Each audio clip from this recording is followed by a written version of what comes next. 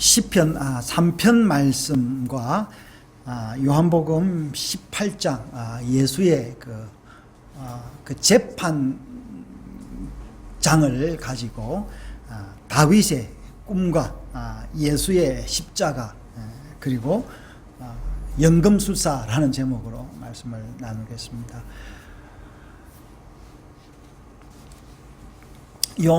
시편 3편 여러분, 시편은요, 시편은 이스라엘 사람들이 많이 좋아하죠. 읽고 외우고, 저도 외우는 시편이 들어 있습니다. 시편은 대부분 다 다윗이 기록을 했습니다. 학자들이 분류를 해보니까 다윗이 기록한 시편이 분명하게 이것은 다윗이 직접 기록했다 한 게 한 73편 정도 되고요. 아마 다윗의 시를 좀 다듬었다라고 생각된 시편 한 50편 정도 된답니다. 그리고 보면 또 헤만, 예단, 고라의 자손, 모세 시편도 하나 있고요. 또 솔로몬이 쓴 시편도 하나 있습니다. 이런데 시편이 이렇게 150편으로 되어 있고, 그리고 1권, 2권, 3권, 4권으로 나눠져 있습니다. 그래서 어떤 사람들은 그 모세 5경 중에 이제 3권 나눠진 몇 개로 나눠져 있죠? 5개로 5개. 내가 말을 잘못했습니다. 5개로 나눠져 있는데, 마치 1권은 창세기를 이야기를 하는 거고, 2권은 출애굽기를 이야기하는 거고, 3편은 이제 레위기의 시편이 실전편이다. 4편은 이제 민수기, 5편은 신명기의 실전편이다. 이렇게 또 분류하기도 합니다.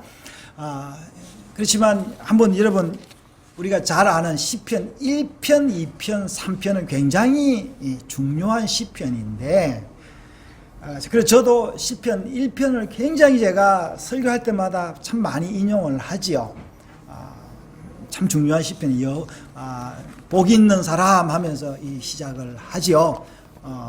예수님도 마음 심령이 가난한 자는 복이 있나니 하고 팔복을 이야기하면서 복에 대해서 이야기를 했는데, 자, 2편도 그렇고요. 그 3편은 여러분, 3편은 이제 이스라엘 사람들이 아침에 일어나면 암송하는 시편이랍니다. 유튜브에 여러분 영어로 한번 이제 히브리어 시편 3편 치면요, 시편 3편으로 노래한 그런 영상들이 굉장히 있습니다. 제가 어제 이 말씀을 준비하면서 시편 3편을 한 100번 정도 제가 듣고 또 일부러 때 하기는 했는데 다 외우지는 못했습니다. 이 시편 3편이요, 여기 보면은 셀라 이렇게 있죠. 노래가 굉장히 좋습니다. 그리고 이게 라이밍이 돼 있어 가지고 노래가 술술 넘어가요. 그러니까 우리나라에 우리가 이제 제가 어렸을 때 초등학교 때 외웠던 태산이 높다 하되 하늘 아래 메이로다 오르고 또 오르면 못 얻을리 없건만한 이런 노래처럼 이 시편 3편이 굉장히 이렇게 운율과 이 음조가 이렇게 맞다라는 겁니다. 그럼 왜 이 시편 3편을 여기에 두었을까? 근데 여러분, 이 내용을 보면요. 자, 시편 3편의 내용을 보면은 이 성경에는 표제까지 이렇게 기록이 되는데, 표제가 뭐라고 되어 있습니까? 시편 3편의 표제가 이 히브리어 똑같이 되어 있어요.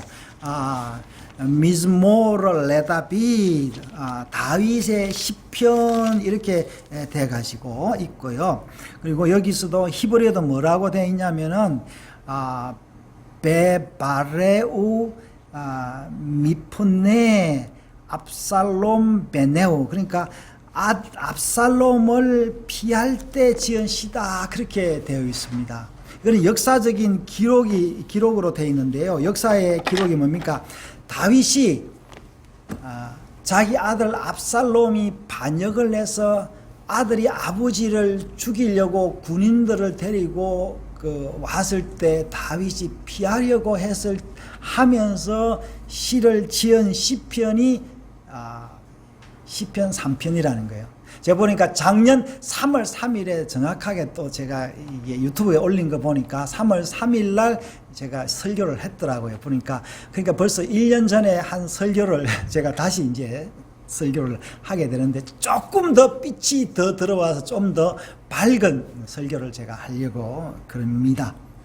그러면 여러분, 왜 다윗의 그 아들이 반역한 그 역사적인 상황을 가지고 시편을 썼는데, 이스라엘 그 후손들은 자기가 성군이라는 그 다윗, 그것도 대왕의 시를 그또 표제까지 서가지고 여기에 그 세 번째 기록했을까?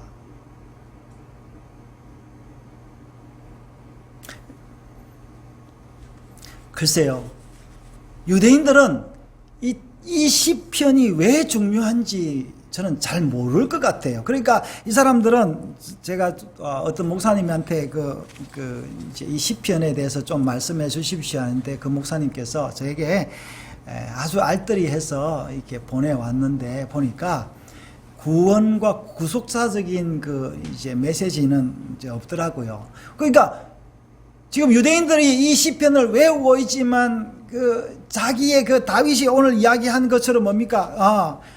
구원은 여호와께 이상하오니 주의 복을 주의 백성에게 내려주십시오. 세상이 험합니다.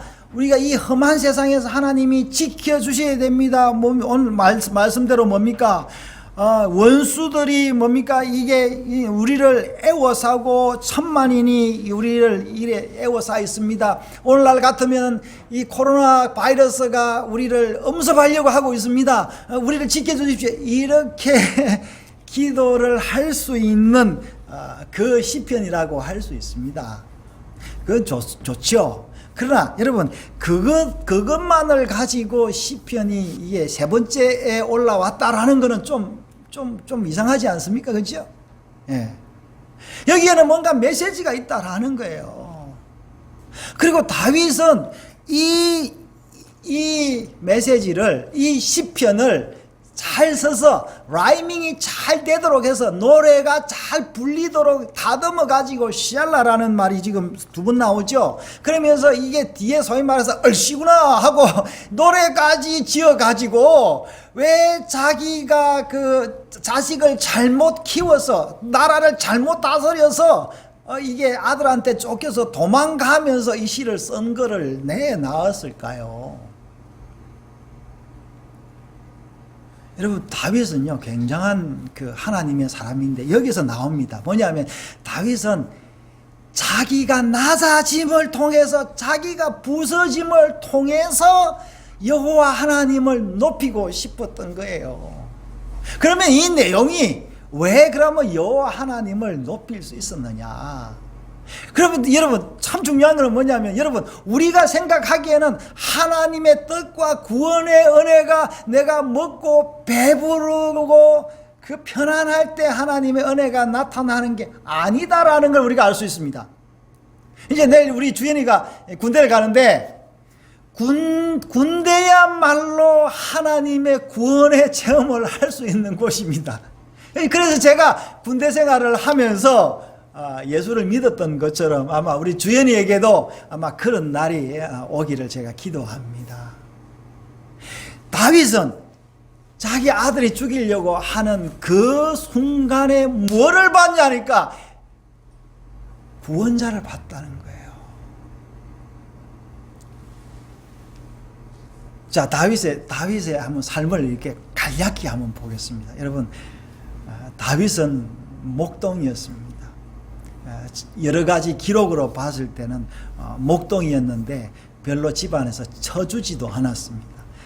사무엘이 이새의 집안에 그 왕이 있는데 기름 부러 왔는데 다 데려왔는데 다윗만 딱 빼버린 거예요. 그래서 사무엘이 이 아들이 다냐 이러니까 아버지 이새가 그렇게 이야기를 합니다.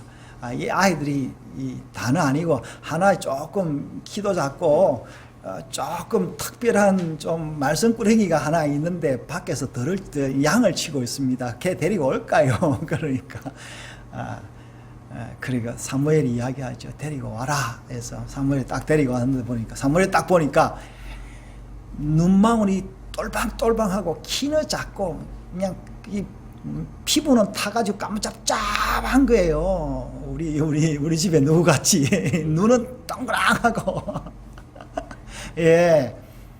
그래서 사무엘이 기름병을 취해다가 그 아이에게 기름을 부은 아이가 다윗입니다. 글쎄요, 그 이후에는 어쨌겠습니까? 다윗이 기름 부음을 받고 난 뒤에 어떻게 됐겠어요? 사무엘한테. 여러분, 어디 가서, 유명하게 되고 나면은 주변에서 어떻게 합니까? 예. 올려줍니까? 그렇지는 않죠. 그렇죠. 다윗이 여러분, 이게, 전쟁에서 이기고 난 다음에 다윗이 죽인 자는 만만이요 사울이 죽인 자는 천천히라 했을 때 그 뒤에 어떤 일이 있었습니까? 핍박을 받았죠. 제 생각에는 마찬가지로 다윗이 사무엘의 기름 부음을 받고 난 다음에는 아마 형들이 다윗을 더 멸시했을 것 같아요. 그러면서 아마 다윗은 이런 가운데 그 전에도 기름 부음을 받은 이후에도 똑같은 꿈을 꿨지 않을까. 여러분, 제가 이 개척교회를 하면서 제 경험이 그렇습니다. 제가 개척교회를 하면서 너무 지금도 힘들지만 지난 한 1, 2년은 제가 하나님의 말씀이 제가 확 임해가지고 얼마나 기쁜지 몰라요. 그럼 제가 그만큼 행복할까요? 여러분, 제가 그때나 지금이나 개척교회 시작할 때나 지금 말씀이 풍부한 지금이나 힘든 거는 마찬가지입니다. 근데 뭐가 다르냐 하니까 내게 소망과 기대와 성령이 더 풍부한 그것이 다를 뿐이에요. 아마 다윗도 그랬던 것 같아요. 여러분, 제가 오늘 칼럼에 썼는데 여러분 칼럼 한번 읽어보시고요. 다윗은 도대체 무슨 꿈을 꾸었겠어요? 여러분 인생에 꿈이 다 있지 않습니까? 예. 어느 날 다윗이 전쟁터의 형들에게 도시락 심부름을 가가지고 그 고래고래 고함 지르는 그 골리앗의 그 이빨을 뽑아버리지 않습니까?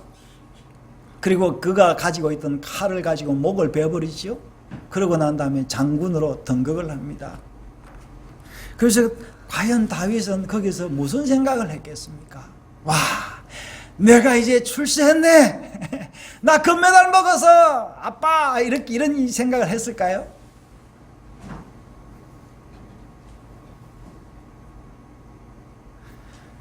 여러분, 다윗이 제일 가는 장수가 되고 난 그 뒤부터 다윗에게는 다윗을 죽이려는 그 사울 왕의 그 질투와 그 화살들이 너무 많이 와서 다윗은 도망갈 수밖에 없었습니다. 다윗은 뭐라고 생각했겠어요? 그러면은 야, 내가 바라던 것이 이건가? 하나님, 여기서 뭡니까? 그러니까 성경에 보면요, 다윗은 원수들이 너무 많습니다. 이런 이야기가 너무 많아요. 여러분, 우리가 생각하기에는 내가 원수와 대적들이 많은 이유가 뭐겠습니까? 원수와 대적들이 많은, 내가 실수하고 잘못했을 때 원수와 대적들이 많습니까? 여러분, 내가 잘못하고 실수하고 뭔가 주저앉아 있을 때는요, 오히려 다른 사람들이 와가지고 나를 위로합니다. 어떻게 해요? 야, 그래, 내 도움 좀 받아라. 이렇게 이야기를 하죠. 그럼 여러분, 다윗이 대적이 많은 것은 왜 대적이 많았냐 하니까 하나님 그분이 누구인지를 정확하게 알면서 우리 인간은 어떠해야 된다라는 것을 정확하게 알고 그것을 사람들에게 나눌 때부터 사람들이 이야기합니다. 우리가 대충 살지, 네가 뭔데? 키도 쪼만하고 말이야 잘생기지도 못한 네가 그 저기 베들레헴 시골 사람 별로 좋지도 않은 그 가문에 나온 네가 뭔데 우리에게 왕처럼 그렇게 이야기하느냐라는 거예요. 그러면서 다윗이 그 가운데 계속 자기의 그 자기가 어릴 때 꿨던 꿈들을 더 구체화되는 것을 보았습니다. 그래서 다윗은 누릴 것을 다 누려봤습니다. 자녀도 많이 낳았고, 물론 아내도 많이 있었고, 그리고 죄도 지어봤고, 여러분, 그런데 다윗에게는 만족이 없었습니다. 그러면서 다윗이 그 자신의 꿈을 다시금 발견한 그 현장이 어디였냐 이라니까 시편 3편이었다라는 거예요. 압살롬이 자기를 죽이려고 했을 때 자기는 뭔가 깨달음이 제대로 왔던 거예요.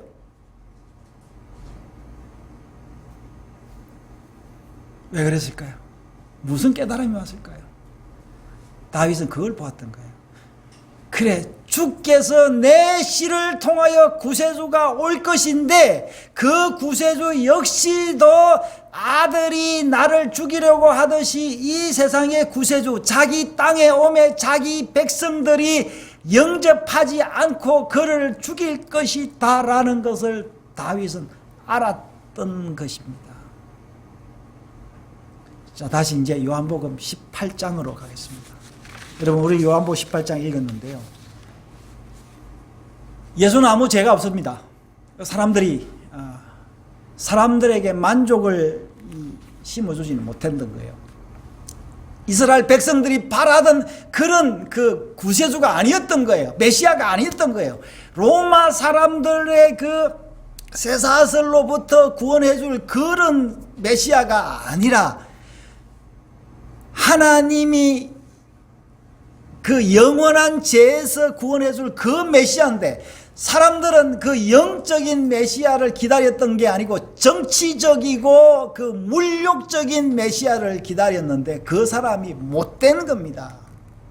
그러니까 그 특별히, 그리고 이 영적인 메시아가 나타나가지고 그 당시에 오늘 18장에 보면 안나스 가야바 이렇게 나오죠. 이 대제사장들이 이 진짜 대제사장이신 예수가 왔는데 그 자리를 비켜주지 않고 자기 자리가 위태롭고, 메시아라는 사람이 와가지고 오히려 자기들이 자기들의 하는 종교적인 그 형식과 외식이 가짜라는 거를 자기 양심에 찔리기 시작한 거예요. 그리고 사람들 역시도 뭔가 이렇게 만족을 주지 않고, 뭐 오늘날 보십시오. 이게 코로나가 왔는데요, 백성들한테 뭐 100만 원씩 준다고 뭐 1000불씩 준다 하니까 사람들이 얼마나 좋아합니까? 그리고 이제 미국에도 뭐 1000불 이상씩 준다 하니까 트럼프 인기가요 옛날보다 굉장히 좋았습니다. 그리고 지금 우리 문 대통령도 마찬가지고 뭐 이렇게 한다니까 얼마나 좋습니까? 그러나 지금 이 메시아는 그런 인기와 그것을 주로 원 게 아니라 영원한 검을 주로 온 건데, 사람들이 그 영원한 검을 원치 않는 거예요.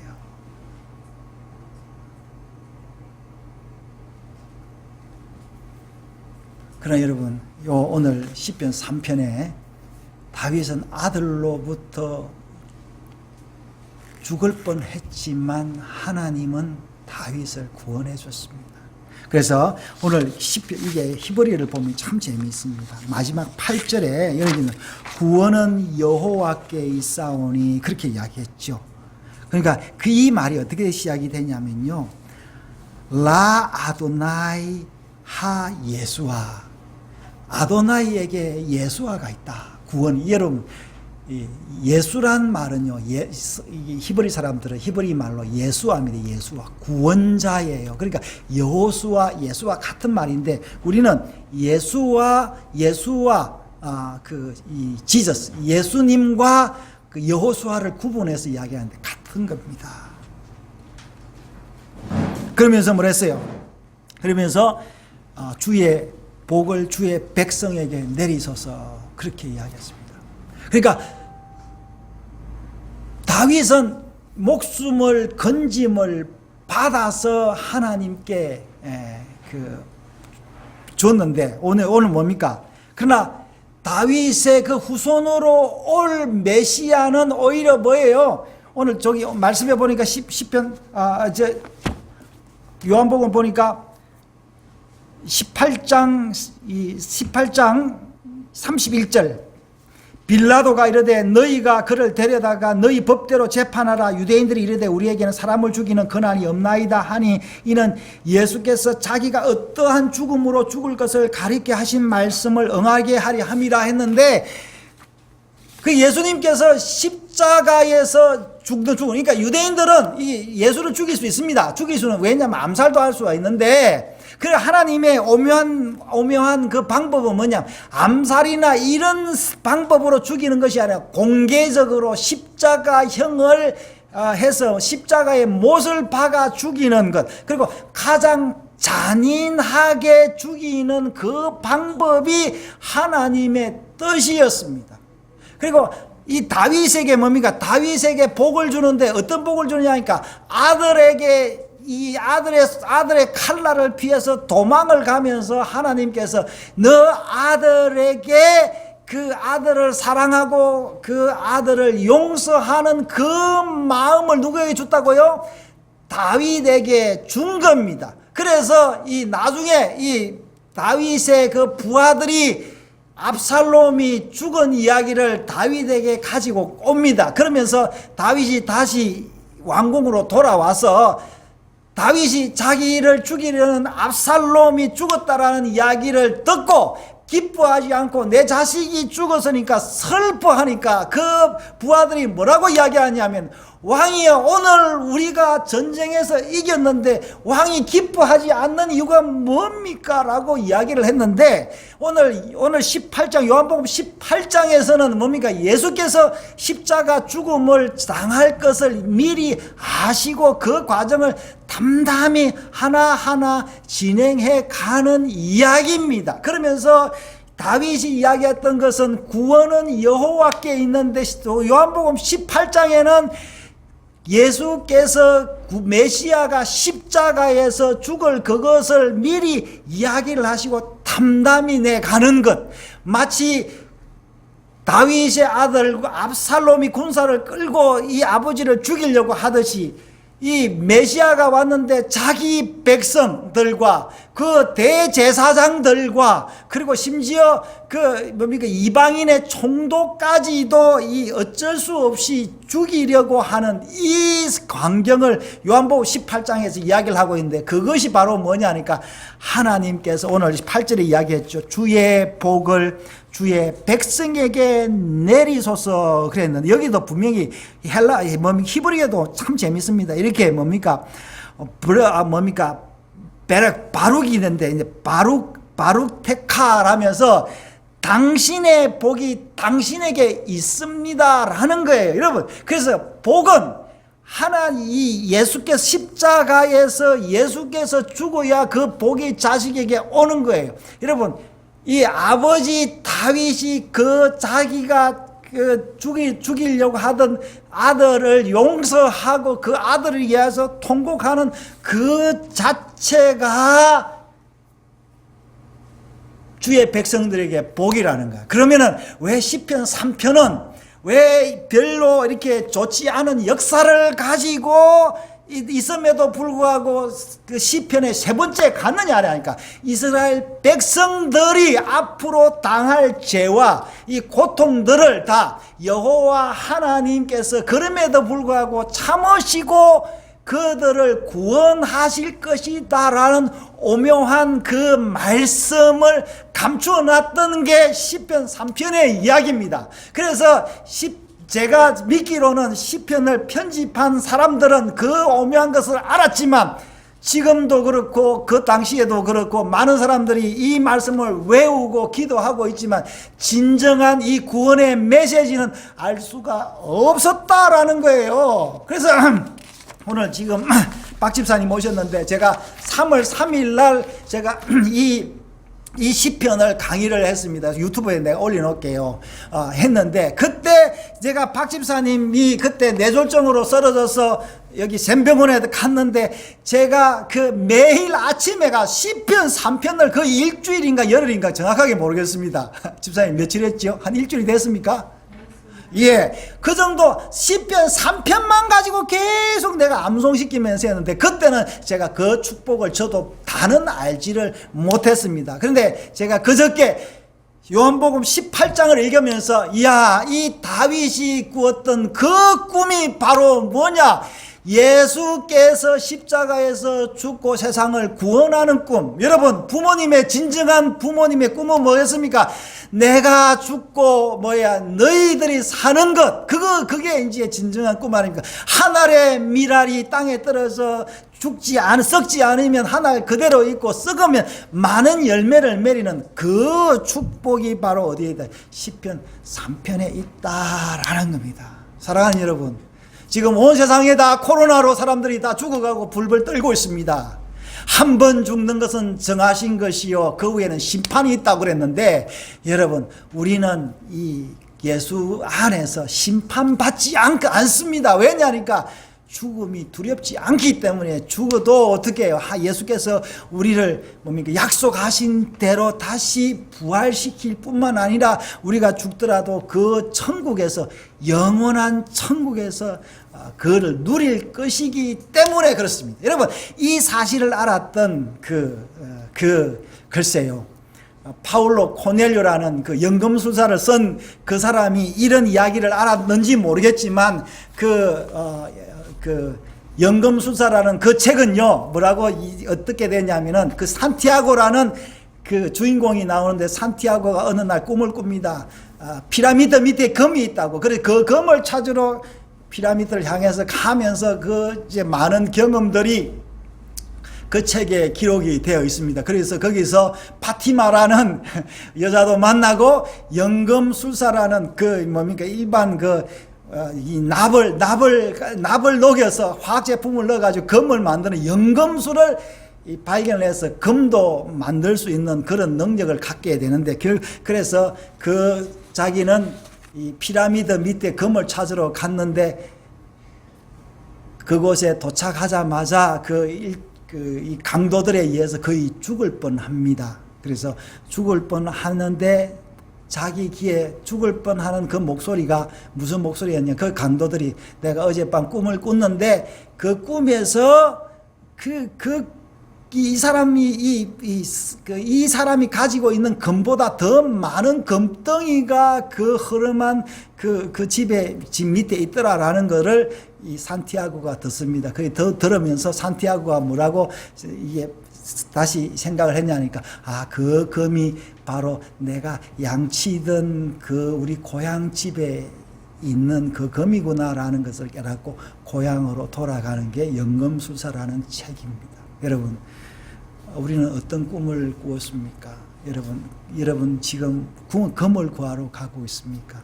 그럼 여러분, 영원한 금은 우리가 나왔던 그곳에 무수히 있습니다. 여러분, 오늘 제가 너무 감동이 돼가지고 이래저래 말씀을 왔다 갔다 했지만, 여러분, 시편 3편과 십자가를 깊이 한번 기억해 보십시오. 한번 묵상해 보십시오. 여러분, 우리가 얻는 세상의 금은 필요가 없다라는 것을 여러분 깨닫고 영원한 금을 찾아서 마치 산티아고처럼 남은 여행을 이제 고향을 향해서, 나를 낳아준 그 아버지, 나를 보낸 그 고향, 그 하나님 나라, 그 나라를 위해서 살아가는 여러분 되시기를 축원합니다. 이 금이 여러분에게 넘치기를 바랍니다.